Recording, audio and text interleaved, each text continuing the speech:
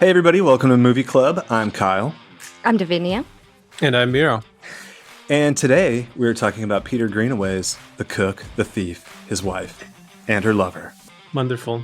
Another wonderful choice by the philosopher Kyle.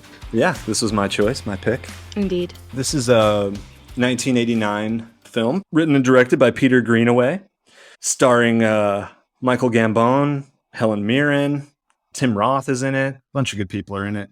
And just the top down, it's about basically, there's a kind of a gangster who, I guess he actually does own the restaurant or co-owns the restaurant. And pretty much all the action takes place in a restaurant. And he's this kind of really uncouth, classless, vulgar British mobster guy who terrorizes everyone in the restaurant and his wife.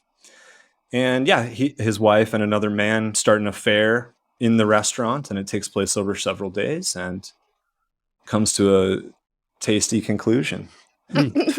Tasty, yeah. That's one way to put it. I mean, I'll just start off by saying, I really like this film a lot. The acting stands out. I think the direction really stands out. It's a very stylized, painterly film, a lot of style. But I do think there's a lot of substance in this movie too, and I think there's great dialogue, and I think the characters are actually really well done. Feels very kind of raw, and you almost feel like you're in a theater or something watching it, I think. Yeah.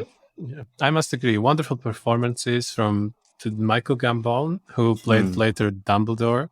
I couldn't take it off my mind.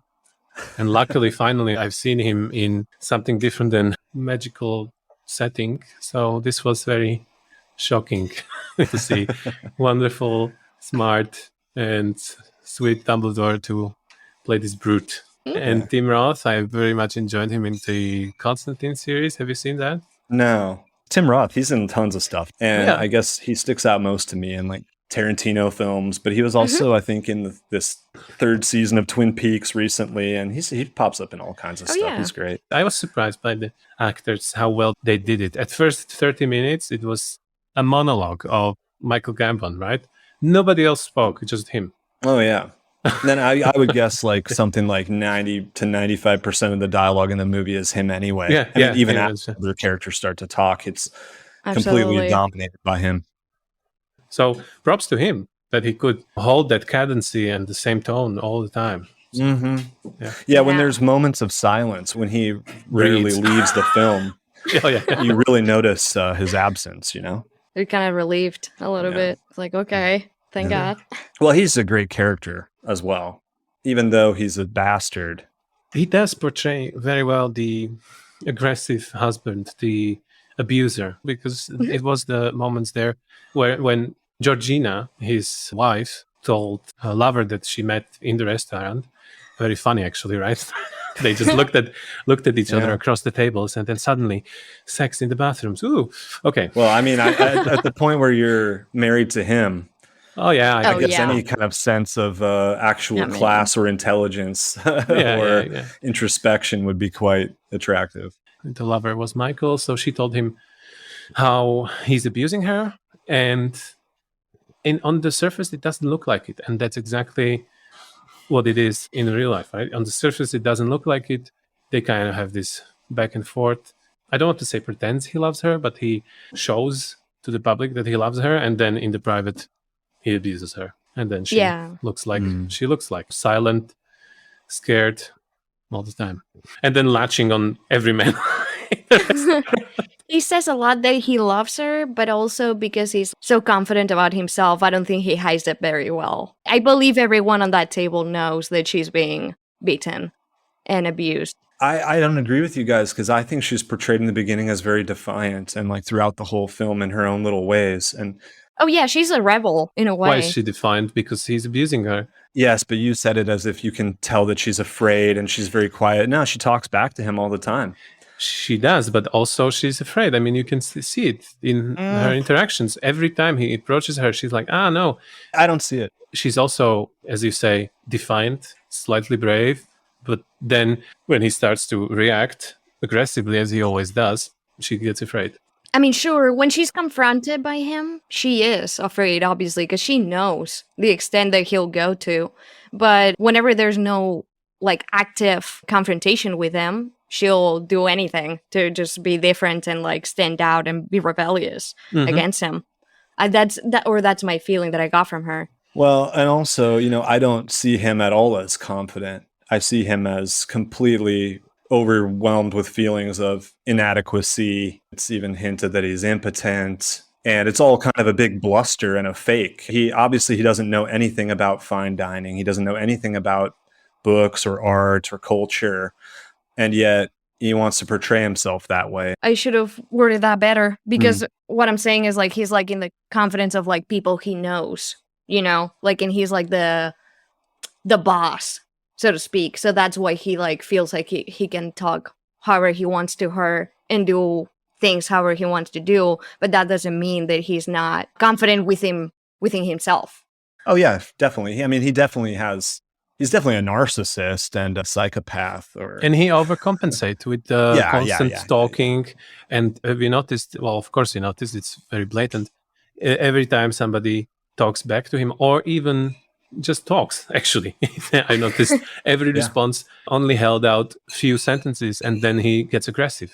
Again, definitely. And tries to shut them up. Anything that challenges him, really. I think he doesn't even like himself. Have you noticed the scene where the character Mitchell, played by Tim Roth, started asking him some questions, and they were very vulgar, just like Albert asked vulgar questions, and Albert got angry at him. And Georgina pointed out, he's just copying you. Right. We have that scene snippet, so let's listen. Yeah, Georgie doesn't like babies, do you, Georgie? Sometimes, Georgie, I think you behave like a bloke. What days are those then, Albert? What's it like? You what? Get away from this table, you mucky little wimp. Go and eat your vegetable soup in the kitchen, you dirty little pervert. Go on. Get on with your eating, eh? It's only Mitchell making a fool of himself. Now stand in the corner. Corey, make him a paper act. Go on. Stand in the corner like a naughty little boy. Go on. Stand there. Take your knife and fork with you. Oh, don't be stupid. Stupid? Do you want to join him? Leave him alone. He's only copying you like he always does. You behave, he'll behave. So, yeah, you're right. And that's the depth of him as an actor, right? It would be so easy to play this role as just an asshole bastard. He's a good actor, and there's a good depth to the portrayal where I don't think that you empathize or I don't know, I think that you can have complex reactions to him, but he is often confronted with himself and reacts with kind of disgust. And for example, at the end, when he's kind of getting what he asked for, he's had quite enough at that point. Yeah. Oh, yeah. I pitied him, kind of. I don't know if I pity him. I mean, it was a complex reaction, as you said. Yeah. Of course, he died, but it was satisfying. And also I was like, well, this is what you brought to yourself, Yeah. It's a shame. Well, I mean, like halfway through the movie, Davinia looks over at me and goes, okay, this guy's got to die or something. Do you find it over the top, the film and the portrayal of people? Let's talk about the singing dishwasher, because I don't understand the point. My God. Of the singing dishwasher. That was over the top. Couldn't it be a simple dishwasher not singing? Well, it goes to my point of whether you think everything is kind of over the top and theatrical or not. He's singing, I believe it's some kind of aria.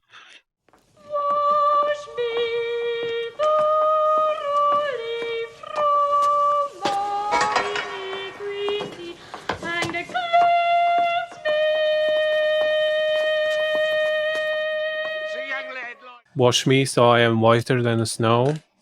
Well, it's one of the interesting ways that the film kind of blends time periods. I think it's definitely meant that character is obviously it represents some sort of like an innocence. Plus, a good way to get you to hate a character is for them to beat up like a nice little kid. I would say there's something very operatic about it. And so I think that's part of it. I think it's to lend it that kind of connotation of an opera. I was, of course, disturbed when Albert dragged the dishwasher to the car with Oh, my God. Georgina. I was slightly scared what is going to happen and what is going to be shown. Right. What is happening here? Luckily he escapes from the car.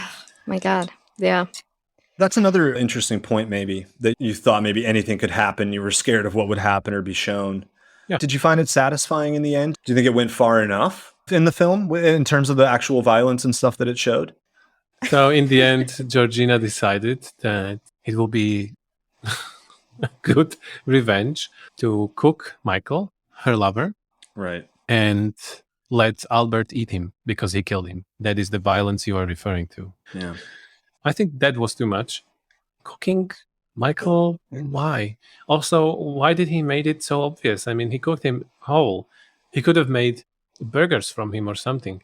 Basically, I believe it's just to give him a taste of his own medicine. That's what he boasted about, right? Yes, Oh, yeah. I'll kill him and I'm eat him. Yeah. Right. You know? In that case, I think Georgina was too eager to kill him, and he only had a small bite before she shot him in the head. In the case that we are going with the cannibalism route, let's let him eat it whole. Yeah, eat him whole, all of him, and then I would shoot him after he gorged himself. As Georgina said, I know how you like to gorge yourself. That's why I brought it up, because I think that's anyone's first inclination if they were directing or making the film, to make him eat a lot of it. He knows it's over for him, basically, and he could stay alive for longer by eating more, but I think he's so disgusted with himself that his sitting down and kind of acquiescing to death there, the simplicity of it, and just one bite and you're a cannibal. And he has this little piece of meat on his lip after he takes the one bite, like stuck to his lip, and it looks so disgusting. And I think that just one bite is kind of perfect myself. Also, let's just remind ourselves that the cook didn't want to cook him until he knew it was for Albert to eat. Yeah, that's a good point. Like, then he was so easily convinced. He's like, oh, okay. Yeah, it's sure. for Albert? Bring him over. Sure. Yeah, well, why make him eat Michael? I mean, what's the point of that? I think it's a good point, too, what we were talking about before, that Albert, throughout the entire movie, is, like, confronted with himself and how he is. And it's, like, the ultimate move to, like, confront himself. Yes. And that's what you're saying. Like, he's so disgusted with himself by the end, by taking that piece, and eating him. In a way, it's a perfect wrap-up, but I still don't know how to feel about the end myself. When you're just watching it and you are just thinking, okay, let's do more to him, that's easy. But Georgina had him at her mercy. And obviously, probably she couldn't do much more because she wasn't an abuser. She just exacted revenge. If we water it down, she is the furthest possible that she could be from Albert. Therefore, she's not going to act like him. Yeah. We see throughout the entire movie, again, she's aroused by intellectual men. She's more refined than him by miles. She's not going to be like him. I think that it really speaks to the sensibilities of the director. I mean, you can imagine if this movie was directed by like Quentin Tarantino, for example, that, all kinds of torture would have been exerted upon him and he would have had his penis shot off and ears cut off, penis, everything. But I don't think that's what's satisfying. I think the look on his face was all that she needed before the end. I think she had her exactly the view of him she wanted to have, and that was enough. Well, let's move slightly away from violence and let's mention the sets. If you notice, different sets have different colors, yeah? Mm-hmm. Oh, yeah. The front of the restaurant was blue, the kitchen was green, and the restaurant itself, the seating area was red. Mm-hmm. And the bathrooms were white. I think this film is so visually interesting. And I really think, that there's that expression, like every frame a painting. I haven't seen any other Peter Greenaway films, actually. I've always meant to and wanted to. But I know that kind of all of his films have a root in painting. And this film itself was inspired by the painting that's seen in the back of the restaurant. And I think all of his films are either inspired by a painting or have something to do with painters. And I believe that he himself was a painter until he realized that he could combine that with music. And so then felt that cinema was, superior, but the medium he wanted to work in. Well, I think that this could have worked also as a play. Yeah. I wonder if it's ever been performed as a play anywhere. I wonder if anyone's ever adapted it. Oh, yeah. Or you could do a full-blown opera somehow out of it, like a totally different adaptation. Actually do an opera. That was you pretty gotta good. keep that in. I could do the little voice of, wash me. But it's funny, because, the other characters also, just going back to the boy for a minute, like the other characters react to him singing too.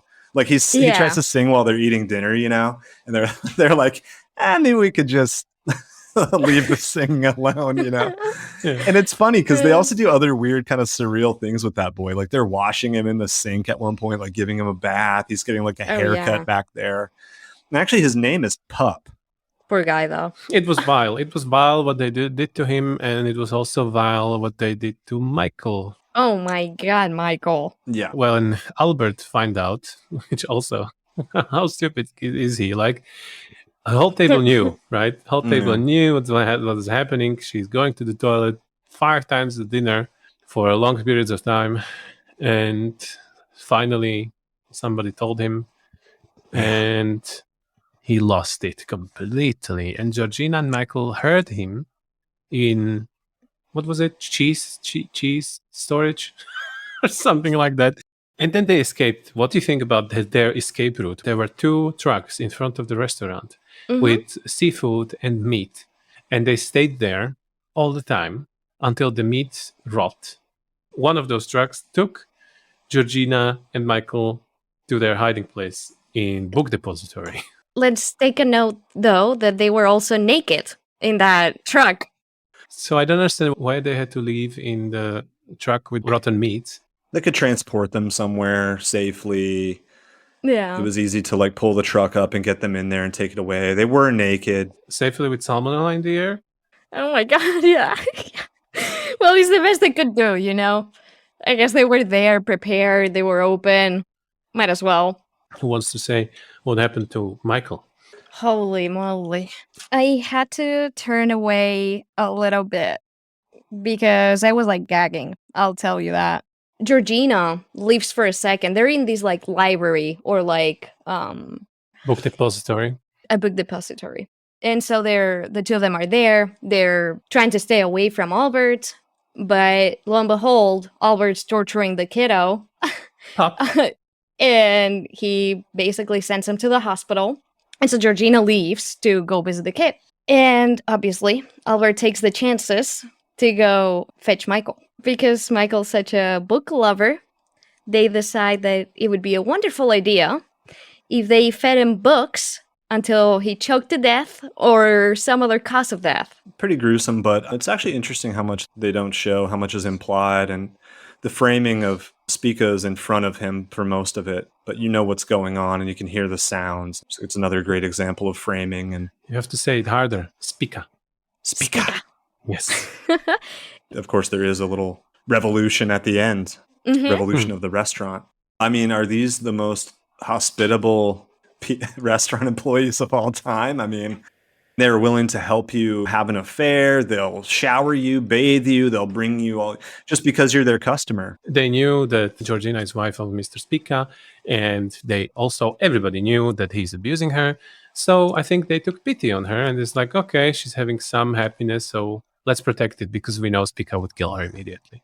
There's actually a theme of hospitality in this film, receiving and taking care of strangers, guests, and visitors. The guy in the beginning, they have no reason to wash him and clean him, and they don't even know him, presumably. And the way that they take care of the boy, for example. And I think as soon as, they dealt with the aftermath of Spica, no matter who it was, I think. And they were even still respectful and everything to him until, Until they cooked Michael. Whereas Grand Budapest Hotel is just a murder mystery that isn't even a mystery. Well, let's agree to disagree in there. And listeners at home can watch it and decide on their own. All right. Hereby, I announce voting phase of the movie club. Dun, dun, dun. Dun, dun, dun. All right. Boy. I give it an 8. 8 out of 10 for Kyle. Yeah, 8 out of 10. It's a fantastic film. I just like to leave room at the top, What about Mr. Vinia?